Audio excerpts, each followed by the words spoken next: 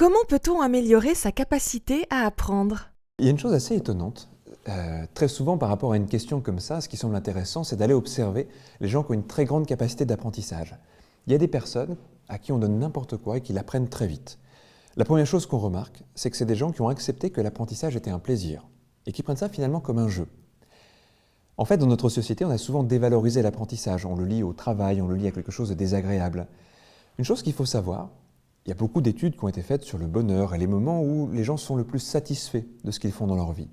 La plupart du temps, les gens sont satisfaits quand ils ont une activité de concentration qui les met dans un certain niveau de défi. Ce n'est pas le repos qui crée le plus de satisfaction, mais l'action et le défi. Et la plupart du temps, les gens qui sont doués pour l'apprentissage prennent tout nouvel apprentissage comme un défi. Donc la première chose à faire, que ce soit pour un enfant ou pour un adulte qui se heurte à des apprentissages parfois difficiles, c'est de l'amener, 1, à trouver du plaisir, 2, à trouver le bon niveau de défi. Le plaisir se crée par association d'idées. La plupart du temps, il s'agit de s'imaginer quelles vont être les conséquences agréables d'un apprentissage. C'est-à-dire développer une vision à plus long terme. J'apprends, mais pas seulement pour apprendre, je relie ce que j'apprends à quelque chose qui est beaucoup plus important pour moi et qui fait que l'apprentissage n'est qu'un moyen d'atteindre ce qui est plus important pour moi. Un apprentissage peut être une manière d'atteindre une certaine liberté, d'avoir une meilleure qualité de vie, de me débarrasser de quelque chose. Quelle que soit la satisfaction, elle doit être perçue comme étant l'aboutissement de l'apprentissage. On remet en fait l'apprentissage non pas comme une finalité, mais comme un moyen. On peut très bien imaginer donc les conséquences et se créer des visualisations par rapport à ces conséquences-là. S'imaginer les plaisirs qui découlent de cet apprentissage. La deuxième chose, c'est le niveau de défi. Trop de défis, ça crée de l'angoisse. Pas assez de défis, ça crée du lâcher-prise. On s'aperçoit que la plupart des gens progressent bien quand ils ont un adversaire à la hauteur légèrement meilleur qu'eux qui va les stimuler. De la même façon, on pourrait apprendre à des enfants et aussi à des adultes à se donner le bon niveau de défi.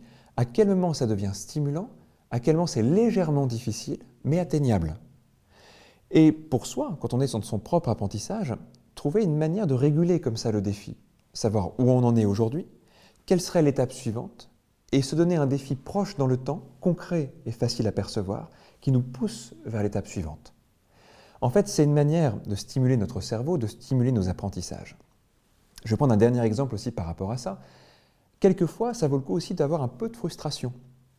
Quand on est lié à la frustration, on crée une surcharge à l'intérieur du corps. Notre corps, en fait, veut se débarrasser de cette frustration-là. Ça doit être à petite dose quand même. Parfois, en fait, se mettre devant des obstacles un peu plus difficiles va nous permettre d'avoir cette frustration qui va nous aider à nous dépasser. Pour illustrer ça, on pourrait prendre quelque chose qu'on voit aussi à un niveau physique. Une personne qui va, dans un exercice de musculation ou de sport par exemple, soulever une charge qu'elle n'arrive pas à soulever, va développer en fait une certaine frustration musculaire. Ces muscles vont plus se développer après parce que le corps aura eu l'impression d'être limité par rapport à quelque chose. C'est pareil pour le mental.